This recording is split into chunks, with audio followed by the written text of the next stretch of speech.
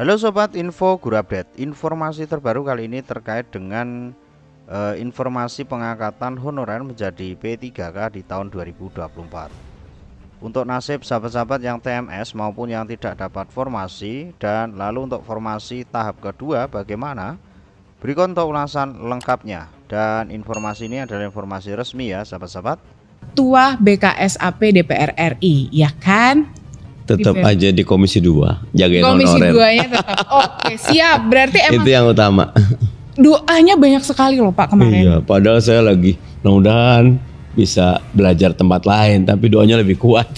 Berarti memang intinya Bapak sangat dibutuhkan dan tepat di Komisi 2. Siap, pokoknya kalau buat perjuangan dimanapun siap. Oke, kemarin di P3K sebelumnya kita membahas soal P3K, soal honorer. Banyak sekali yang mengucapkan terima kasih kepada Pak Mardhani sudah memperjuangkan, menyuarakan suara teman-teman honorer yang resah gundah gulana gimana dengan statusnya, gimana dengan nasibnya. Dan akhirnya di November ini, di akhir Desember ini harusnya sudah tiada lagi Amin. yang namanya honorer, ya kan? Ya. Tapi ternyata pengangkatan 2024 ini di akhir Desember ini honorer sudah tidak ada, harus P3K semuanya. Jadi seolah-olah kayak apakah ini sudah benar-benar kita siap untuk mengangkat atau cuman sekedar kayak quote unquote kayak ya udah pindah aja statusnya dari yang honorer jadi P3K, tapi haknya, perlakuannya atau apa yang mereka peroleh itu sama gitu. Ya Nadia dan teman-teman, memang ada dua nih ya. Satu secara prosedural, dua secara substansial. Oke. Maunya dua-duanya kelar nih. Yes. Prosedural dari honorer jadi P3K. Substansial dari P3K. P3K itu kan bagian dari ASN. Yes. ASN kita bagi dua, PNS dan P3K. Karena dia bagian dari ASN, maka P3K juga punya hak, kesempatan tumbuh, berkembang, promosi, seleksi, nominasi, jaminan hari tua, sama dong. Iya. Karena sama-sama. Yes. Nah, bahasanya gini, kalau tidak ada rotan, akar pun jadi. Apa maksudnya? Pastikan yang prosedural jalan dulu. Oke. Sambil semua masuk gerbong, jadi P3K resmi di Desember 2024. Baru habis itu kita akan paksa yang prosedural ini masuk ke yang substansial. P3K kan banyak tuh, Pak. Pakaiannya curhatannya apa coba saya juga tuh pengen ya, tahu nih. Pak, udah berubah Pak. Saya tadi kerja ini sekarang pindah ke sini. Iya. Pak, saya S1, ada formasinya di SMA. Oh ada ya Pak? Ada. Yang gitu. Oh. Gitu loh. Oke. Pak, Oke. kalau P3K bajunya beda sama PNS katanya gitu loh. Apa baju uniformnya Oke. gitu. Pak, penghasilannya beda. Pak, ada lagi tuh, kita nggak dapat jaminan hari tua atau macam-macam. Yang paling utama Pak, kok masih ada kontrak-kontrak juga kok, nggak kayak PNS. Itu yang ditakutkan. Sebenarnya itu menjadi satu Itu hal udah yang 7 dikhawatirkan. itu yang saya sebut tuh. Nah itu padahal list pertanyaan saya. Udah Bapak jawab dulu di sini. Karena di WA saya langsung ada, di Instagram ataupun di sosial media saya ada semua. Oke. Nah jawaban saya prosedural dulu, masuk gerbong dulu semua. Oke. Jangan nggak masuk gerbong. Berarti harus semuanya dengan adanya Pokoknya kesempatan ini dengan harus payung dioptimalkan. politik yang ada, bahwa Desember, dia tadi bilang 2024 penataan honorer selesai. Bahkan kalau ketemu sama Panerbe, semua dapat NIP, nomor induk P3K. P3K yang ini, oke. Nah, saya usul masuk situ dulu. Nah, Nantinya yang lainnya itu akan mengikuti. Nah, sesudah di dalam, kami akan perjuangkan lagi Oke. agar yang prosedural udah selesai, sekarang yang substansialnya. Oke, Gitu. berarti yang kekhawatirannya yang tadi banyak itu perlahan-lahan lah nanti Pak Mardhani dan teman-teman dan bapak-bapak, ibu-ibu yang ada di Komisi 2 akan menyelesaikan bukan cuma di 2, sebenarnya di 10, dan bukan cuma saya. Oh ya, karena kalau ada di guru dan pertemuan yang di lain 2 ya. tuh hampir semua partai pro sama honorer. Oke, Gitu. oke. Nah, kalau dari kesiapan anggaran sendiri, Pak, sebenarnya sudah cukup siapkah? Karena kalau dari beberapa daerah katanya kenapa makanya ada honorer paruh waktu, karena sebenarnya untuk menyiasati anggaran yang tidak cukup itu. Dan ada lagi nih Pak yang menyampaikan kalau mau di-cut ya aku ya. Tunggu dulu, belum selesai nih. udah Galak ya. nih. Jadi kayak ada yang menyampaikan kalau sebenarnya honorer ini ketika tidak lolos nantinya akan menjadi paruh waktu. Dan itu membuat yang tadinya oh enggak kok semuanya full time, pengangkatannya ini lulus nggak lulus akan tetap full time, tapi ada yang bilang kayak enggak, nanti yang nggak lulus akan jadi paruh waktu. Iya. Nah, perumpamaannya naik kereta tadi. Pokoknya jangan ada satupun yang ketinggalan kereta. Gerbong, jangan ada yang ketinggalan kereta. Oke. Gitu loh. Bahwa ada yang diri, ada yang duduk, ada yang desak-desakan, masuk dulu. Okay. Pas kereta jalan, baru kita tata ulang tuh. Kita kayak perlu kereta ulang, tambahan kereta.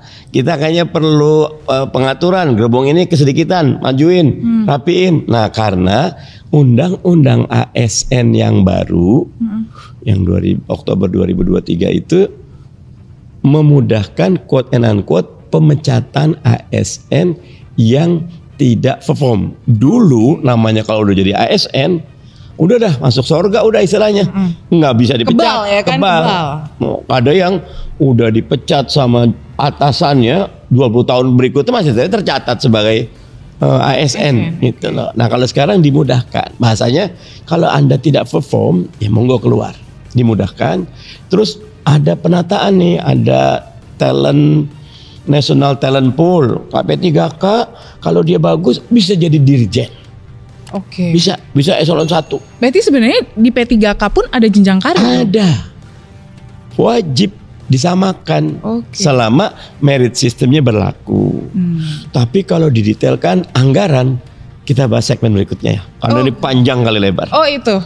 Di segmen berikutnya atau episode selanjutnya? Ya. Kalau ditanya segmen berikutnya saya jawab. Kalau episode berikutnya juga boleh. Oh oke. Tapi kalau dilihat lagi dengan adanya P3K ini Pak, sebenarnya ini PP-nya gimana? Karena kan sebenarnya dari mekanisme ini yang harusnya yang menjadi pertanyaan banyak masyarakat itu sebenarnya harusnya bisa terjawab dengan adanya PP. Tapi PP-nya belum kunjung ada. Pak, saya udah dikode Pak, harus break dulu. Siap. Ganggu ya Pak ya, nggak apa-apa lah. Nanti kita jawab di segmen selanjutnya. Tetap di Sudut Dengar Parlemen. Lagi di Sudut Dengar Parlemen masih sama Nadia Kanaya dan Pak Mardhani. Masih ngomongin soal honorer menjadi P3K yang hangat. Nah ya kan, harus bersemangat kalau ngomongin ini ya kan. Hajat hidup orang banyak ini. Gimana soal PP-nya ini? Kan harusnya sudah turun karena undang-undangnya sudah disahkan. Aturannya bulan September ya Pak, harusnya sudah maksimal turun. Tapi hingga detik ini belum ada kabar. Jadi PP itu ada beberapa komponen. Oke. Salah satunya harus menunggu persetujuan dari presiden. Apa saja pointernya dan siapa yang ditunjuk. Saya berbincang dengan Kementerian Pan-RB. Ini kenapa lama kan? Harusnya April. Kemarin sampai September kita last kali itu udah jadi draftnya. Draftnya sudah jadi. Kami sudah bahas sampai tanggal 20-an, kita kan tinggal 30 selesai tuh periode lalu. Sampai tanggal 20 kita kejar 2 kali, kita rapat sampai malam. Tapi belum kelar juga. Oke. Teman-teman Pan-RB sih pengen cepat selesai. Salah satu kenapa lambat karena tadi dia tidak cuma melibatkan Pan-RB, ada banyak kementerian yang terlibat, Stakeholder lainnya. stakeholders. Presiden juga memberi masukan. Yang dilakukan Pan-RB bagus. Mereka buat permen, kalau nggak salah 4849 permennya tuh 2023, yang menjadi payung agar Desember 2024 semua honorer selesai urusannya. Permennya udah ada. Kita udah cek, aman. Makanya harusnya kemarin kan 26 September di kesepakatan kita. Tapi rupanya BKN, Pan-RB melihat beberapa hal 1 Oktober baru dibuka pendaftaran, 20 Oktober udah ditutup. Sekarang udah mulai nih ada yang lolos nih, udah ada yang lolos, alhamdulillah. Ada juga yang baru diumumkan hari ini. Oke. Ada beberapa, itu tergantung dari ke instansi dan KL masing-masing. Nah jadi kalau buat saya paling baik ada PP-nya.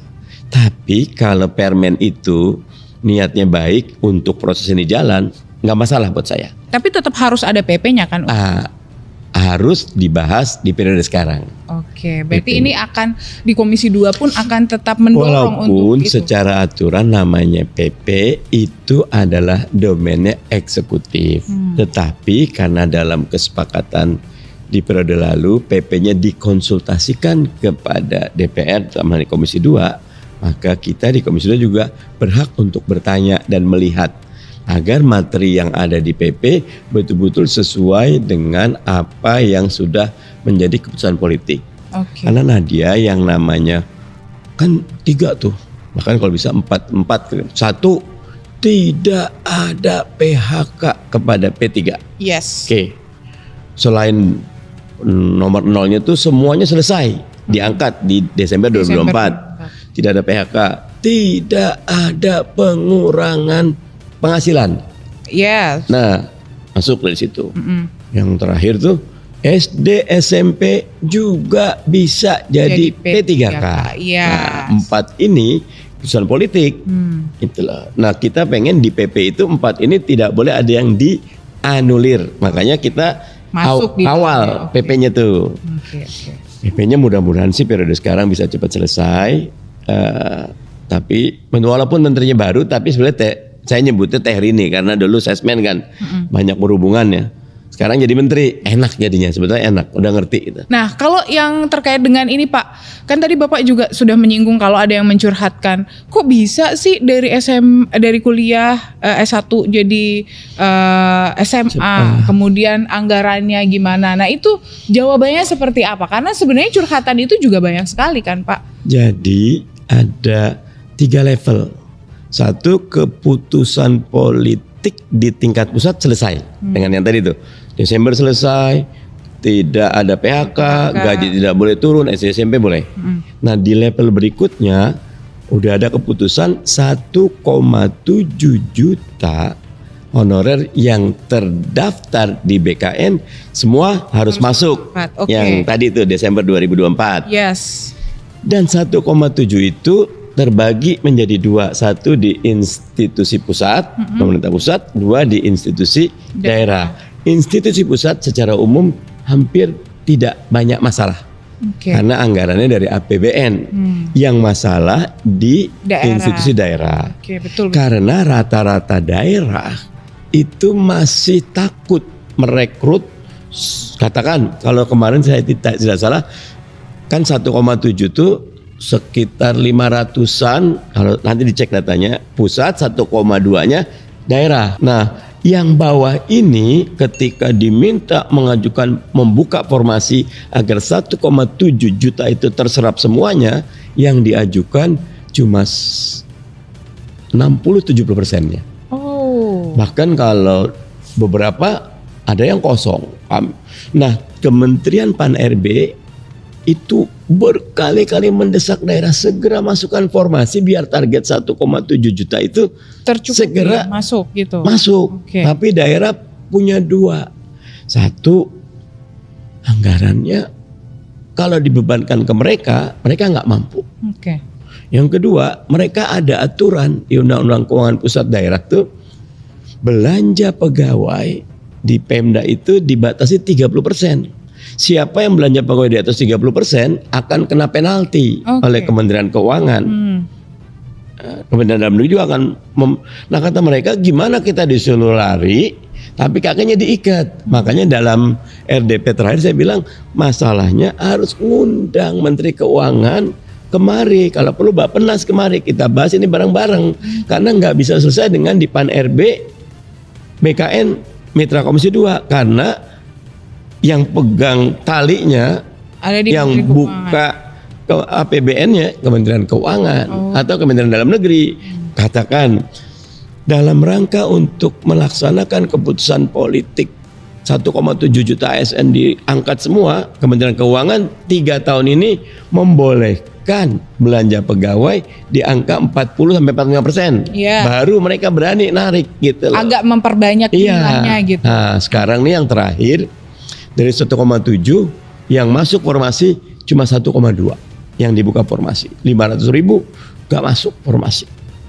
Tapi kami lagi berjuang 500 ini masuk ke paruh waktu dulu. Biar semuanya keangkut di gerbong kita. Berarti penyelesaiannya terkait dengan ketakutan anggaran itu memang benar dengan paruh waktu ini. Benar.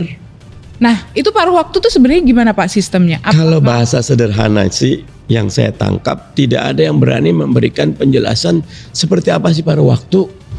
Saya tanya desek kalau. Terus kenapa keluarkan statement paruh waktu itu? Gini, kalau semuanya dipaksa penuh waktu, tidak ada kekuatan. Ada tadi tuh dari 4 tuh ada nomor 5 sebetulnya. Tidak mengganggu keuangan negara. Kalau semuanya diangkat, agak berat. Stabil ini nanti akan gue ya. Kemungkinannya kan misalnya gini, di undang-undang ASN yang baru tuh P3K juga ada klausul jaminan hari tua. Itu dimasukkan. Nah, ketika paruh waktu yang saya dapat informasi, gajinya tetap, tapi hak-hak sisanya belakangan. Itulah. Tapi yang penuh waktu, hak-haknya akan diperjuangkan. Oke, begitu. Jadi sudah terjawab ya untuk paruh waktu. Tapi yang untuk yang SMA yang ke itu tadi belum terjawab. Nah, itu lagi-lagi problemnya diserahkan ke Pemda. Nah, Pemda ngelihat untuk formasi seperti ini cocoknya SMA, dia bilang. Kan sebelumnya honorer udah S1. Nah, mereka ngitung lagi. Kalau masuk S1 maka hitung-hitungannya gajinya nggak akan bisa mereka tanggung. Jadi diturunkan. Nah, gitu. saya kalau ada kasus kayak gini, sabar, masuk dulu ke gerbong. Nanti kalau udah di gerbong kita atur lagi. Gitu. Nah, apakah nanti akan ada penyesuaian? Nah, nanti jawabnya di segmen ketiga aja langsung. Yang banyak ya. Yang kita undang lagi Pak Mardhani ke sini. Yang lain lah diundang. Karena kemarin udah berkesinambungan soalnya ini. Jadi gimana nih Pak? Kalau tadi Bapak menyampaikan ya udah yang penting masuk gerbong dulu, nanti akan ada akan diperjuangkan kembali. Artinya nanti ya ada harapan untuk yang tadinya SMA ini mungkin mereka juga sedang meniti pendidikan menjadi S1, kemudian ada yang S1 menjadi S2, itu bisa melakukan penyesuaian kan? Karena katanya tadinya nggak ada loh Pak. Kalau masuk P3 ke SMA ya udah sampai nanti selesai juga akan menjadi SMA gitu. Tidak boleh. P3K kan tadi saya katakan juga ASN. Setiap ASN punya hak untuk mengembangkan diri. Apalagi esensi dari undang-undang ASN yang baru itu merit system. Merit system itu apa? Mereka yang bagus terus tumbuh, mereka nggak bagus ya keluar gitu loh. Nah, kenapa tadi saya katakan masuk gerbong dulu? Karena Desember 2024 baik penuh waktu maupun paruh waktu akan dapat NIP. Itu yang paling penting. Itu dulu. Ketika sudah dapat NIP berarti negara sudah mengakui keberadaannya. Sebetulnya penuh paruh nggak ada tuh NIP-nya warnanya beda-beda sama aja gitu loh. Nggak jadi sama biru aja. Atau nggak agak abu-abu gitu ya. Nah nanti di dalam kita akan paksa, termasuk di undang-undang ASN yang baru, bahkan di undang-undang kemarin tuh sebetulnya di penjelasannya ada yang harus dilakukan oleh negara, melakukan audit terhadap ASN yang ada atau honorer yang ada. Ada beberapa honorer, saya suka menyebutnya ada 2 jenis kan, ada honorer siluman, ada honorer pejuang. Nah ini honorer siluman ini juga banyak sekali. Honorer siluman itu boleh jadi orangnya baik kali ya, tetapi cara masuknya tidak baik. Karena tergantung, misal entah kadang-kadang dia punya akses di kepegawaian, dia punya akses di pemerintahan bisa masuk, yang udah puluhan tahun nggak masuk-masuk. Kita perjuangkan yang pejuang dulu, yang ini harus dikeluarkan. Kalau ini sudah keluar, keretanya dikosong tuh, ayo masuk ke depan, rapiin. Nah itu yang akan dilakukan. Jadi kalau bagaimanapun buat semua honorer tetap optimis, tetap ikut aturan dan tetap berdoa agar prosesnya dimudahkan. Karena saya lagi banyak bantuin honorer K2. Kalau Nadia tahu, honorer K2 itu honorer K1 yang tidak beruntung. Yes. Padahal senior K1 2015 diangkat ASN semua. Yang K2 sama mereka, tapi enggak masuk gerbong. Nah. Akhirnya sampai sekarang terlunta-lunta. Nah, ini gimana? Nah, yang kami inginkan mau penuh waktu paruh waktu masuk gerbong dulu gitu loh. Sehingga nanti akan mendapatkan hak-haknya secara proper. Mungkin nantinya yang di paruh waktu ini juga akan bisa menjadi. Kami akan dorong semua yang ASN nggak ada penuh waktu paruh waktu tetap P3K gitu loh. Pak, kalau yang kemarin banyak beredar, tadinya kan kalau 5 tahun ya udah diangkat aja menjadi P3K, tapi nyatanya kan ada seleksi dan katanya ada yang sistem gugur di situ. Nah, dari beberapa media menyampaikan kalau nantinya yang gugur ini akan menjadi paruh waktu. Sebetulnya gini, kena kan maunya kami 1,7 langsung aja diangkat. Tapi ada undang-undang yang menyatakan bahwa seluruh proses menjadi ASN harus melalui tes. Oke. Kenapa? Karena kalau tidak melalui tes, merit sistemnya tidak terbangun. Kalau tidak melalui tes, nanti banyak titipan di Indonesia ini dimudahkan salah, dipersulit salah juga. Karena niat orangnya yang salah sebetulnya. Gitu. Makanya perbaikan orang itu yang utama. Gitu. Orang yang amanah, yang jujur. Nah, yang kondisi dengan tidak sempurna ini, kalau saya tetap masuk dulu, nanti tidak ada gugur nggak gugur, semuanya masuk. Tinggal anggaran tahun ini semua dapat. Misalnya yang masuk, yang daftar 5, yang nggak masuk, yang nggak daftar 5, semuanya penuh waktu, paruh waktu. Atau yang penuh waktunya 3, 7-nya paruh waktu. Nanti ini naik, masuk lagi sampai semuanya masuk. Oke, Pak. Akhirnya yang tadinya yang kan pengangkatan di Desember 2024. Artinya sudah tidak ada honorer lagi. Yang diangkat adalah yang minimal 2 tahun bekerja. Kalau yang baru 1 tahun, nah gimana? Apakah nantinya juga akan tetap ada proses untuk pengangkatan P3K di 2025 mungkin? Akan selalu ada siklusnya. Karena yang pensiun kan ada terus itu loh. Nah, kalau sekarang kan bahasanya zero growth, pensiun berapa, masuk berapa. Nah, dengan adanya tambahan 1,7 mungkin akan diatur ulang sampai katakan 2027, 2029 baru mulai normal lagi. Nah, itu akan dihitung dengan seksama. Oke, berarti semuanya ini nantinya juga mungkin yang teman-teman sekarang masih di usia kerja 1,5 tahun gitu ya, udah nggak apa-apa, kita jalanin dulu, tidak akan ada pemecatan yang pastikan ya Pak ya, itu sudah ketentuannya, tidak akan ada pemecatan, dijalani dulu, siapa tahu nanti kedepannya akan pengangkatan kembali untuk P3K yang disesuaikan kan Pak.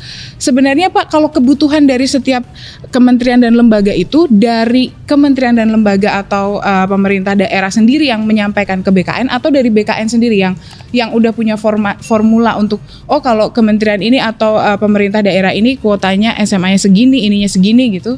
Gimana Pak? Kalau kebutuhan dari bawah, tapi proyeksinya dari atas. Nah, dari atas itu BKN, Pan-RB dengan Bappenas memproyeksi Indonesia perlu berapa sih dokter spesialisnya, berapa sih perawatnya, berapa dicek, berapa jumlah rumah sakit. Ini kurang rumah sakit, di bawah jangan-jangan nggak perlu rumah sakit kok, masih bisa. Padahal kalau hitungan jumlah penduduk lebih besar, rumah sakit harus nambah. Dari bawah, dari atas akan nyampein. Nah, jadi antara bottom up sama top down dihitung dapat angka komprominya. Kompromi itu yang disepakati, dibukalah formasinya. Oke. Jadi ketentuannya sebenarnya dari dua pihak itu. Dari dua belah pihak, walaupun tetap bottom up yang lebih banyak. Dari bawah usulannya. Oke Pak, sudah habis waktu saya? Masih ada 2 menit lagi. Oke Pak, 2 menit terakhir, apa yang Bapak ingin sampaikan untuk teman-teman yang mungkin sekarang masih berjuang, masih ada keraguan dengan P3K ini nantinya ke depannya, baik dari segi apa yang hak-hak yang mereka dapat, kewajiban dan yang lainnya Pak? Namanya hidup di dunia, nah dia nggak ada yang sempurna. Yes, setuju. Prosesnya juga ada. P3K juga demikian, karena pertumbuhan ekonomi kita juga masih belum melompat gitu loh. Negara juga punya banyak beban gitu lah.